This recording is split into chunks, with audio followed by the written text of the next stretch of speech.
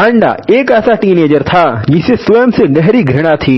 वह अपने आप को कुरूप, तुच्छ और नकारा मानता था। वह इस भ्रम में जीता था कि संसार का हर व्यक्ति उससे नफरत करता है, जबकि वास्तविकता यह थी कि उसकी कक्षा के अधिकांश छात्र उसकी प्रतिभा और स्वभाव के कारण उसकी प्रशंसा करते थे। पर हांडा इस स्नेह को कभी समझ ही नहीं पाया। उस दिन जब हांडा ने अपने लॉकर खोली तो भीतर से एक पत्र नीचे गिर पड़ा।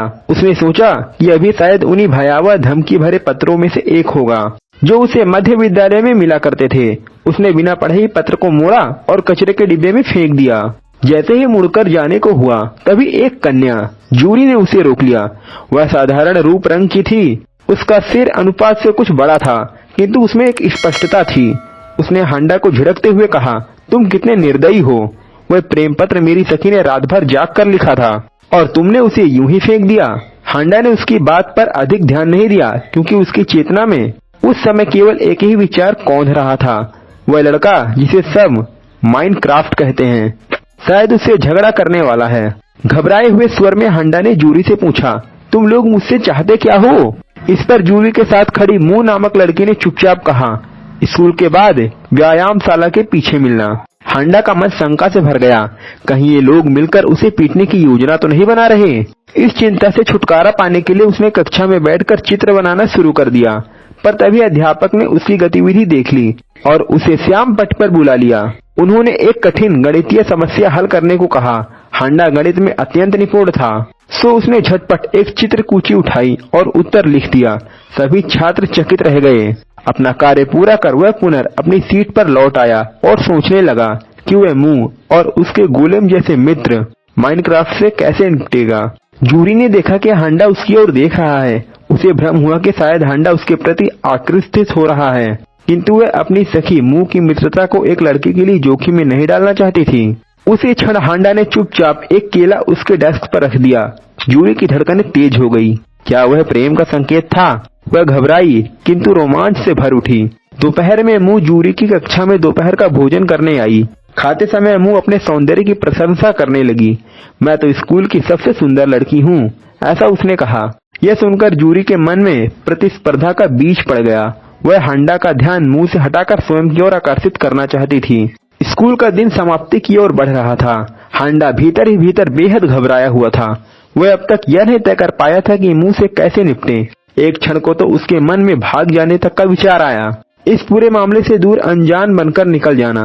परंतु वह जानता था कि व्यायामशाला के पीछे सब उसकी प्रतीक्षा कर रहे हैं, देखने के लिए कि आगे क्या घटित होता है।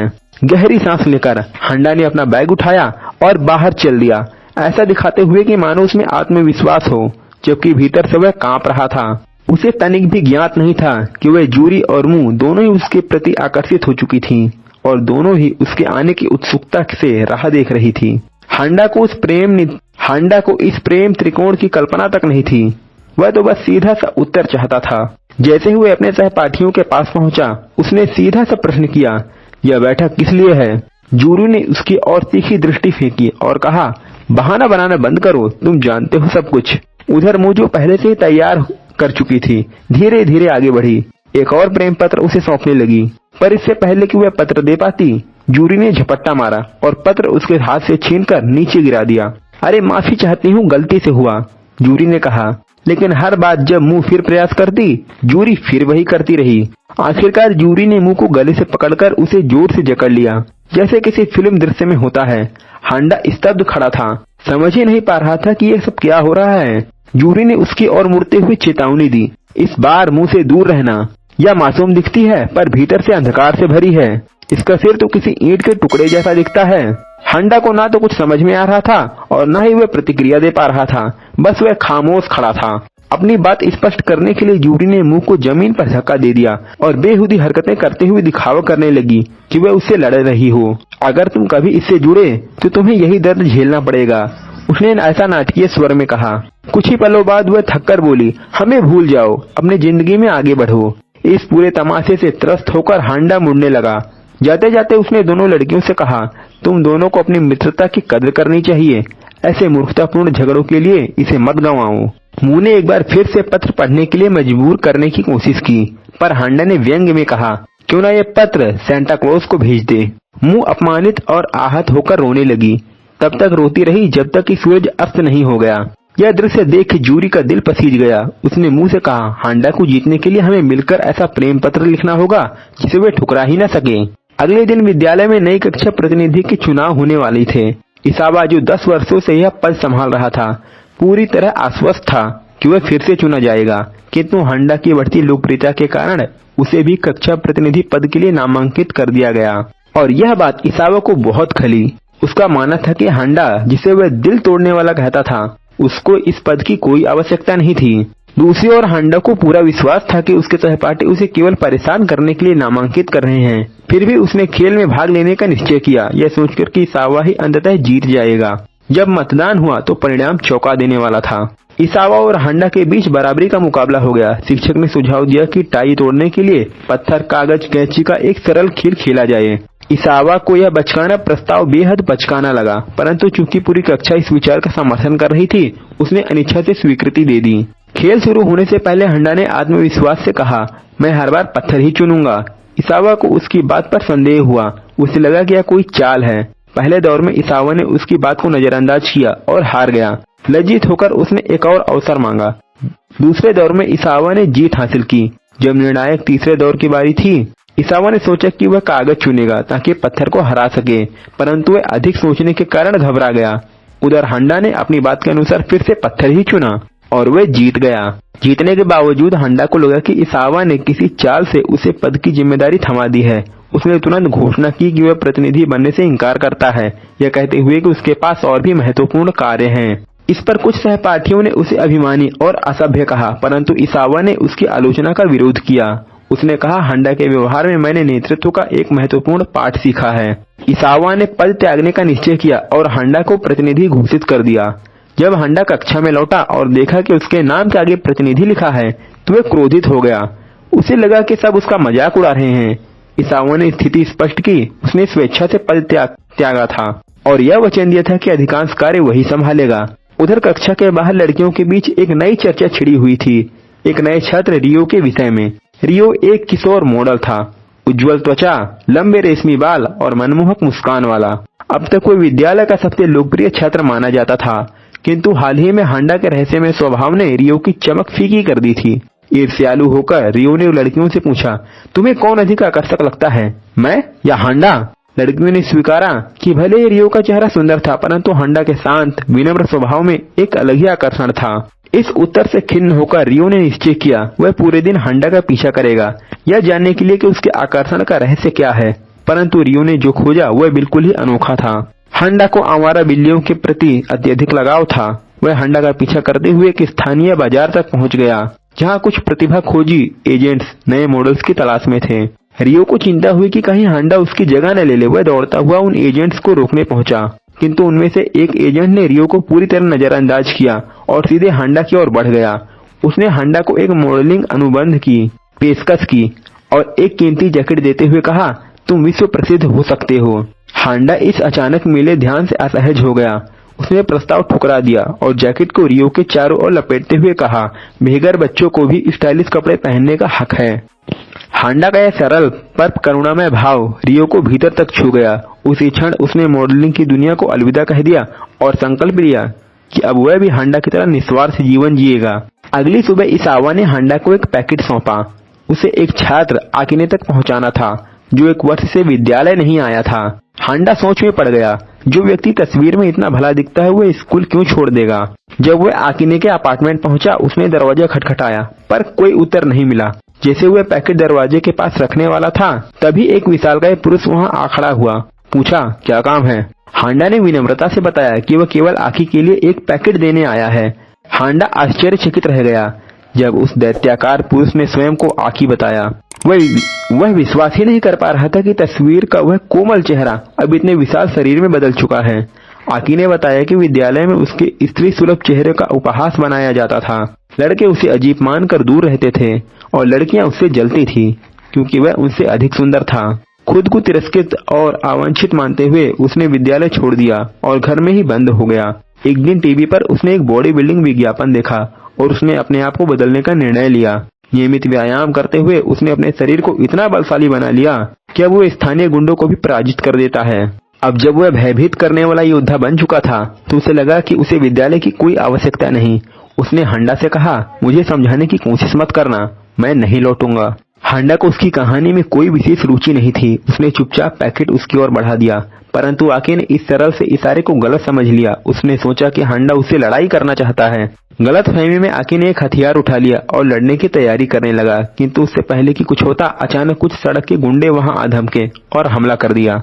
हांडा बिना कोई घबराहट दिखाए शांति से पैकेट आकी को सौंपकर चल पड़ा, परंतु आकी को यह विश्वास हो गया कि हांडा उसके साथ मिलकर लड़ रहा था, एक सच्चे साथी की तरह। आकी ने पूरी शक्ति से उन गुंडों का सामना किया, यह कल्पना करते हुए कि हांडा उसके साथ खड़ा है, जबकि हांडा तो वहां से जा चुका था। उनमें से एक गुंडा हांडा को जाते हुए रोकने की कोशिश करने लगा, परंतु जब उसकी नजर हांडा की तीव्र और गंभीर आंखों से मिली तो वह वहीं ठिठक गया और रास्ता छोड़ दिया। उसे एहसास हो गया कि यह वही रहस्यमयी हांडा है जिसके बारे में चर्चाएं होती हैं। पूरा गिरोह डरकर वहां से भाग खड़ा हुआ। बाद में आकी ने पैकेट खोला, जिसमें एक छोटा सा पत्र था, हांडा द्वारा लिखा गया, जिसमें उसे विद्यालय लौटने के लिए प्रोत्साहित किया गया था। इस स्नेहपूर्ण प्रयास से आकी भावुक हो गया और उसने विद्यालय लौटने का निर्णय ले लिया। अगले दिन रसोई कक्षा कुकिंग क्लास में कोडू नामक छात्र को थोड़ी घबराहट हो रही थी। उसे हांडा और कुछ अन्य विचित्र सहपाठियों के साथ समूह में रखा गया था। पूरा समूह यह निर्णय लेता है कि वे खाना बनाएंगे और हांडा को केवल विश्राम करने देंगे, किंतु कोंडू ने देखा कि हांडा चुपचाप कुछ अजीब अजीब सामग्री से पुडिंग कप्स बना रहा था। कार्य के दौरान हांडा ने गलती से फ्राइंग करते समय आग लगा दी। मुख्य रसोइया ने तुरंत सारे विद्यार्थियों को बाहर निकालने का आदेश दिया, किंतु कोंडू वहीं रुका और आग बुझाने में सहायता की। बाद में सभी को यह विश्वास हो गया कि हांडा ने जानबूझकर आग लगाई ताकि छात्रों में झगड़ा न हो। उन्हें यह विचार कुछ अजीब लगा, पर उन्होंने फिर भी हांडा द्वारा बनाए गए पुडिंग कप्स निकाले। स्वाद अत्यंत खराब था, फिर भी उन्होंने खा लिया, यह मानते हुए कि जो कुछ भी हांडा बनाता है वह विशिष्ट और अद्भुत होता है। बाद में मियोको नाम की एक लड़की ने हांडा की डेस्क के पास अपना रबर गिरा दिया। वह इतनी शर्मीली थी कि उसे लौटाने का साहस नहीं जुटा पाई। हांडा ने यह देखकर चुपचाप एक नया रबर उसे थमा दिया। इस छोटे से परंतु विनम्र व्यवहार से मियोको के मन में हांडा के लिए प्रेम की भावना जगा दी। विद्यालय के बाद हांडा अपने मित्र कावाफूजी के साथ आर्ट सप्लाई खरीदने गया। जब वे दुकान में थे, कुछ लड़कियां वहां आ गई। हांडा नहीं चाहता था कि लोग उसे कावाफूजी के साथ देखें, अंततः वह तुरंत सेल्फस के बीच छिप गया। कावाफूजी ने हंसते हुए पूछा, अरे तू छुप क्यों रहा है दोस्त? हांडा ने कहा, अगर लोग मुझे तुम्हारे साथ देखेंगे तो मेरी छवि बिगड़ जाएगी। कावाफूजी ने यह बात मजाक में उड़ा दी, पर भीतर ही भीतर उसे याद आ गया कि हांडा का ऐसा व्यवहार क्यों था। मिडिल स्कूल में एक लड़की जिसे कावाफूजी पसंद करता था, उसने उससे एक प्रेम पत्र हांडा तक पहुंचाने के लिए कहा था। दुखी होकर कावाफूजी ने हांडा से झूठ कहा कि वह लड़की उसके बारे में बुरी अफवाहें फैला रही है। वह इसे केवल मजाक समझता था, पर इससे हांडा के मन में यह दृढ़ विश्वास बैठ गया कि लड़कियों पर भरोसा नहीं किया जा सकता। अगले दिन हांडा ने कुछ लड़कियों को यह कहते हुए सुना कि उन्होंने पार्क में उससे एक प्यारी सी कविता खरीदी थी। हांडा को यह सुनकर आश्चर्य हुआ, क्योंकि उसने कोई कविता नहीं बेची थी, पर उसमें सुधार करने का साहस उसमें नहीं था। लड़कियों ने यह कविता कक्षा की दीवार पर चिपका दी। हांडा को उसका घटिया भाषा पढ़कर शर्म आने लगी। उसे पूजने वाले कुछ छात्र जो कि उसके फैंस थे, जिन्हें उसके कौशल पर गर्व था, उन्होंने उस लेखन शैली में कुछ अजीब सा पाया और उन्होंने इस पर जांच पड़ताल करने का निर्णय लिया। लड़के उस रहस्यमय कवि की खोज में पार्क की ओर रवाना हुए, परंतु वहां पहुंचकर उन्होंने जो दृश्य देखा उसने उन्हें चौंका दिया। कोई व्यक्ति हांडा की वेश धरकर उसकी तरह कपड़े पहनकर कविताएं बेच रहा था। यह दृश्य देखकर आकी को क्रोध आ गया और उसने उस नकली हांडा के चेहरे पर घूंसा जड़ दिया। रियो ने भी उस पर थप्पड़ मारा, जबकि इसावा ने कैंची उठाकर धमकी दी कि अगर उसने सच न बताया तो उसके बाल काट डाले जाएंगे। डर के मारे उस नकली हांडा ने अपना असली नाम बताया, के। उसने स्वीकार किया कि वह हांडा का सबसे बड़ा फैन है। उसने बताया कि उसने अपना पूरा जीवन हांडा की नकल करने में लगा दिया, उसके चलने के तरीके, उसकी आवाज, यहाँ तक कि उसके चित्रकला के अंदाज तक की। जैसे ही के अपनी बात बता रहा था, दो लड़कियां वहां पहुंची और उसे असली हांडा समझ बैठी। उन्होंने उसे अपने उबाऊ दोस्तों को छोड़कर उनके साथ रोमांचक समय बिताने का निमंत्रण किया, परंतु उससे पहले कि के कुछ कह पाता, और भी लड़कियां वहां आ गई और उसके चारों ओर भीड़ लग गई। भीड़ से घबराकर के अपना वेश त्याग दिया और असली चेहरा दिखा दिया, जिसमें असमान दांत और सामान्य सी शक्ल थी। हालांकि आकी, रियो और इसावा को क्रोध तो आया, पर उन्होंने के पर दया भी महसूस की। वे उसे वापस स्कूल ले आए ताकि वह अपने किए पर क्षमा मांग सके। कक्षा में लौटते ही के की नजर बोर्ड पर चिपके एक संदेश पर पड़ी। वह हांडा द्वारा लिखा गया था, जिसमें के से कहा गया था कि वह दूसरों की नकल करना छोड़ दे और स्वयं को सुधारने पर ध्यान दे। यह पढ़कर के फूट फूट कर रोने लगा और स्वयं को निकम्मा कहने लगा। लेकिन फिर उसने स्वयं को संभाला और यह निश्चय किया कि अब वह सच्चा हांडा बनने का प्रयास करेगा। सबसे पहले वह ब्रेसेज, दांत सीधा करने का यंत्र लगवाकर अपने दांत को ठीक करेगा। उस समय कक्षा के बाहर दो वरिष्ठ छात्राएं खड़ी थी। उन्होंने देखा कि हांडा को एक अत्यंत आकर्षक बड़ी उम्र की महिला से कोई उपहार मिल रहा है। उन्होंने बिना सोचे समझे मान लिया कि वह महिला हांडा की प्रेमिका है। उन्होंने तुरंत उसका चित्र खींचा और उसे ट्विटर पर अपलोड कर दिया। कुछ ही मिनटों में यह अफवाह स्कूल में आग की तरह फैल गई कि हांडा की दीवानी लड़कियां यह मान बैठी कि उसने अब अपने अकेलेपन को त्याग कर किसी बड़ी उम्र की महिला से संबंध बना लिए हैं। जब हांडा कक्षा में लौटा तो उसने अपने डेस्क पर कुछ अजीब सा लेख देखा। इसावा और बाकी छात्र इकट्ठा हुए और यह जाना कि यह संदेश किसी हांडा की प्रशंसिका द्वारा लिखा गया है। उस संदेश में लड़की ने यह संकेत दिया था कि वह अपने दिल के टूटने के कारण जीवन समाप्त करने वाली है।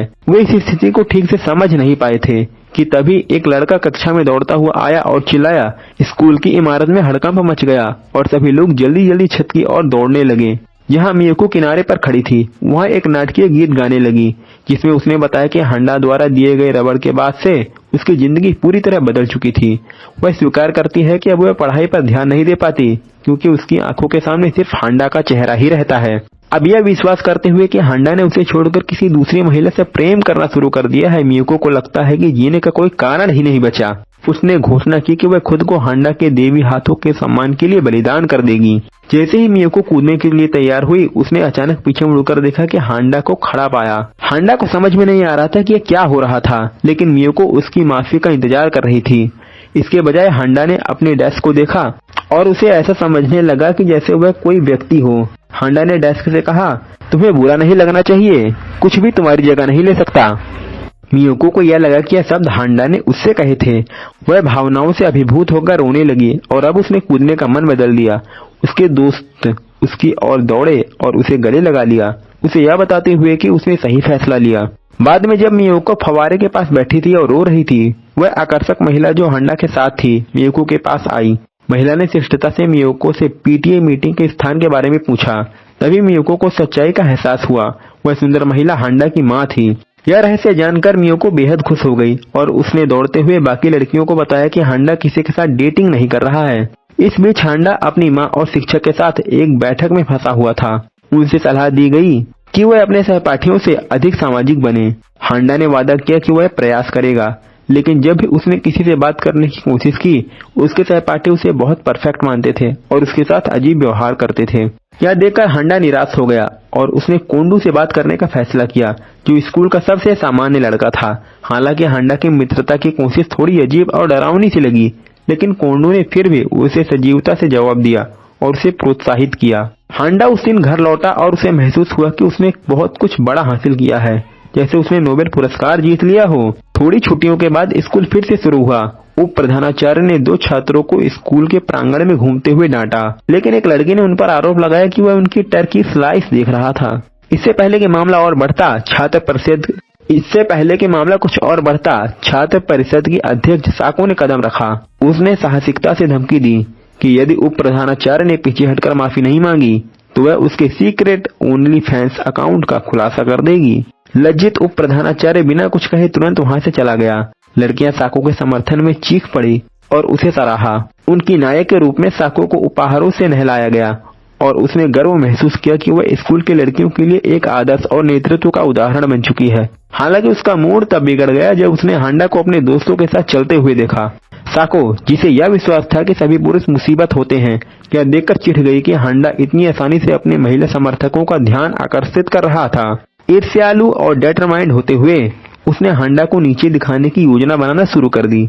अगली छात्र परिषद की बैठक में साको ने दो कुख्यात सीनियर लड़कियों को बुलाया जो अपनी साहसिकता के लिए जानी जाती थी। उसने उन्हें हांडा को बहकाने और उसे दया के लिए गिड़गिड़ाने पर मजबूर करने का आदेश दिया। सीनियर लड़कियां चुनौती स्वीकार करती हैं और हांडा के पास जाती हैं, पूरी तरह से अपनी योजना को लागू करने के लिए तैयार।